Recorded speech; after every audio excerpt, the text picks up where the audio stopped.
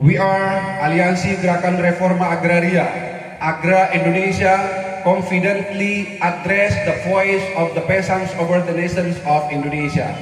IMF World Bank, since the beginnings, has driven the worst substantial social economic change against the peoples of Indonesia. IMF World Bank has continuously promoted, intervenes, and forced the government to be more dependent to exploitative debt, expansive investments, elusive grant, and other extractive projects, which is all are causing the massive land grabbing and resources monopoly, causing the worst social economic situations of the people. Throughout all those aggressive and oppressive projects and programs, IMF World Bank massively brought poverty, hunger, and plunders, and the other human rights violations.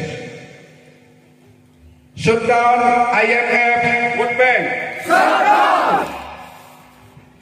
8 years of IMF World Bank's imperialist plunder and dictates are enough. 8 years enough! Fight for our lands, right, and food sovereignty. Stop IMF World Bank! Reject the IMF World Bank's false solution. Stop IMF World Bank! Stop the World Bank's land grab. Stop IMF World Bank! Stop financing fossil fuels. Reject the World Bank's climate mandate. Stop IMF World Bank! Stop the IMF World Bank's climate imperialism and austerity.